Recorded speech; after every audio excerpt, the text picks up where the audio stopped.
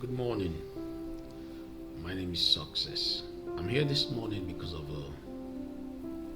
depending on who I'm talking with, kind of crazy, kind of funny, nonetheless true. About a month ago, yeah, about a month now, I had a personal issue in the family.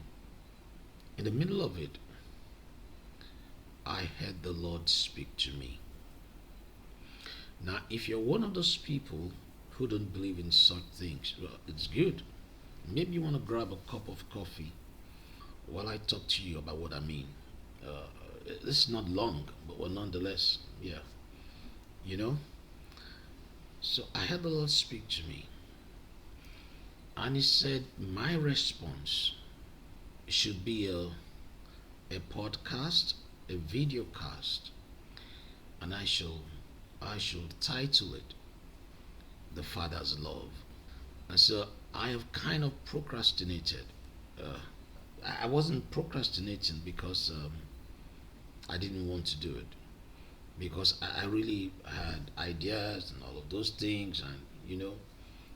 But for those of you who do believe that it's possible from a man to hear from God, well, let's just say that I um, I wanted to be sure how He wanted me to do it. So this is the beginning, if you will, introduction into a book titled The Father's Love.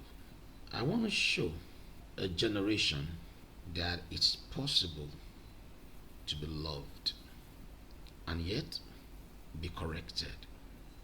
That correction does not mean rejection, and not accepting the values being forced upon us by a generation that really don't know exactly what they're doing. Not accepting those values does not mean one is not cool. It simply means that the values that have been thrust upon us is completely unlivable. It will only bring destruction. So I was kind of thinking, my white hair, my white beard, how am I going to connect to uh, a generation of 30s, 20s, teenagers? How do I connect with you? Would you even watch this? Would you want to watch it? Hey, you know what? That's exactly what this is about. That's exactly how God must have felt. How is He going to connect to a world that doesn't even know or believe or wants Him? A world that thinks that God is too old. God has been there for too long. It's not doing enough. God is not cool. And many think these days that God is not cool. And yet, the Father's love. We know what real love is because Jesus gave up His life for us. That's real love. It may sound religious, but nonetheless, it's the truth. And if you would go the extra mile to kind of reach out and touch a generation that may not believe, that's exactly what this podcast aims to do. Every week, once a week, we will post podcast, videocast like this. We will, sometimes it'll be just me. I'll be talking about incidents, stories that just keep showing love reaching out to a generation who believes it's not been understood. Sometimes I may be around with a couple of people. I would love to have teenagers, guys in their 20s, come around and come and talk about an episode in their lives when their father did something that really touched them. So, oh my God, my father really did this that day, and I was so, oh whoa.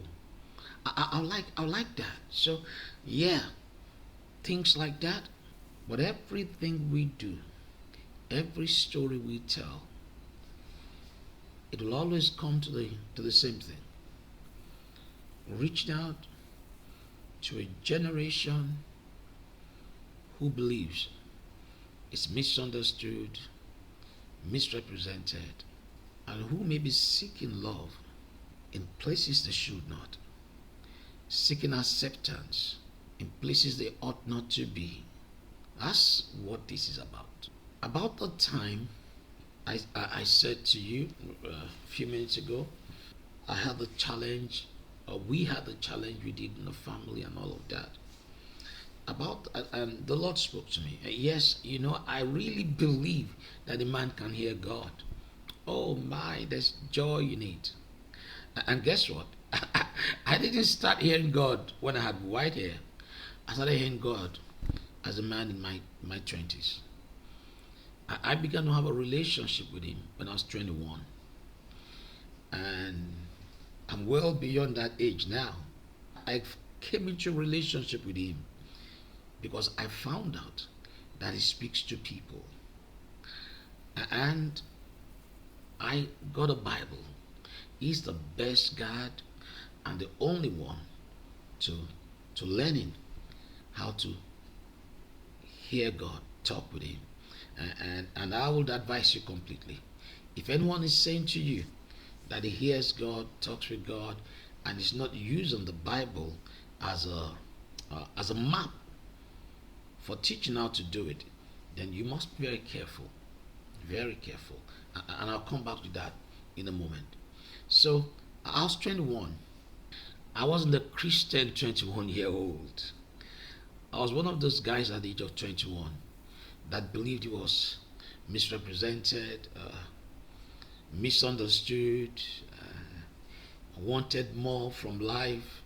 But I wanted it on my own terms. It's not different from what the 21s and the 30s and, Gen Z, millennial, it's not different from what these guys, you guys, not different from what you want. Now, I was pretty much on a fast lane. You understand? Stuff that should not be happening was happening. Things that should not be going into my mouth was going into my mouth. Things that stuff. Probably, down the journey of this podcast, videocast, we'll talk about some of those things. But the bottom line is that I got to a time I wanted more. 21, looking for answers. And I knew people had spoken to me about God. And it was incredible. And it's still incredible to me that a man can call out to God and God hears. Dear God. And God speaks. And God reaches out to. That's what happened to me. So at some point in my 21st year on this earth, I began to walk with God. And I am not saying that I haven't made mistakes, stumbled, gotten up again. But there's something clear to me about all of this. His love is real.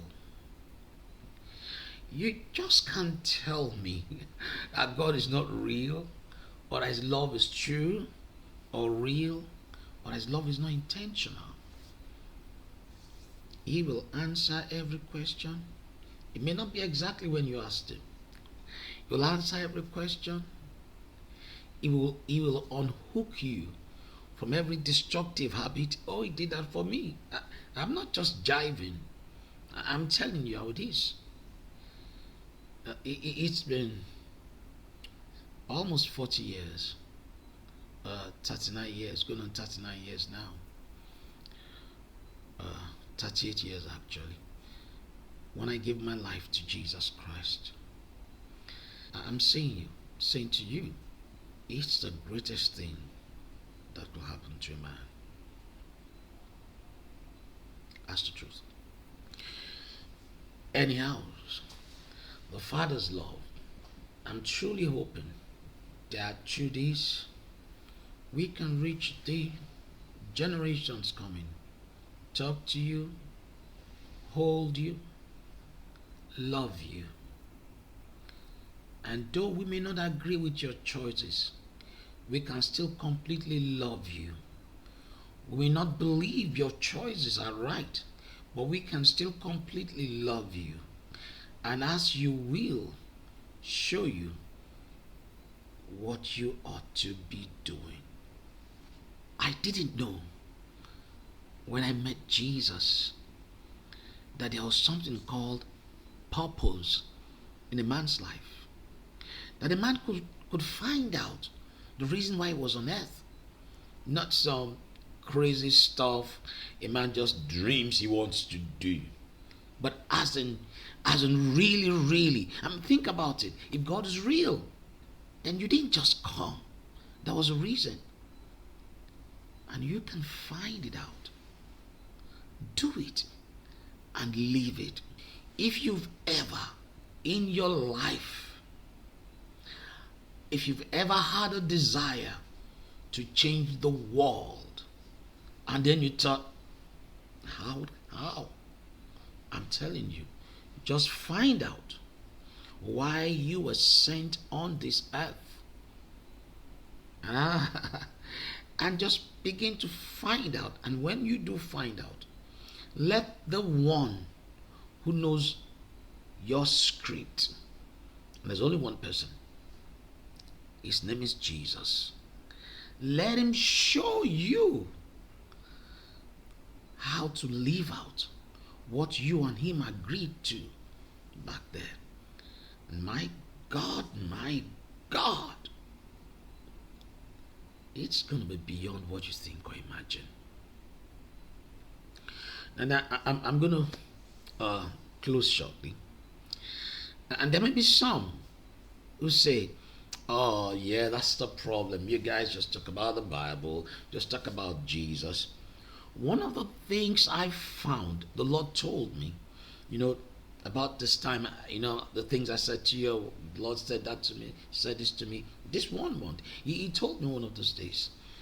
He said, there is currently a river. I'm using my words to explain what he told me. I'm using my words, okay? There's currently a river of activities going on globally to bring in this same generation I'm talking to, you guys, to bring you into what is known as witchcraft, by making witchcraft so beautiful to you, making it so adorable, like you're kind of stroking a minx. It looks so soft and all of that. Witchcraft, it's bitter, it's wicked, and there's nothing good about it. And so you said to me, oh yeah, talk about Jesus and all of that. But and since the day he told me about that, well, not since the day, but not too long afterwards, I would go, on the internet, and I would see adverts coming out. Do you want to know about your past life? Do you want to do astral traveling? Talk about transcendental lessons. I saw one yesterday that it almost took my breath away. What kind of witch are you? Find out. Well, so if you say I shouldn't say the truth, you want to believe the lie? No. So this must go on. I'm reaching out to you. I may not be the right picture, not have all those vibes that are cool, but I'm a father and I love you. And I'm hoping I can have a journey with some of you and show you what life is really all about. Thank you for listening this morning. My name is Success. God bless you. If you can, please share this. Thank you. Bless you.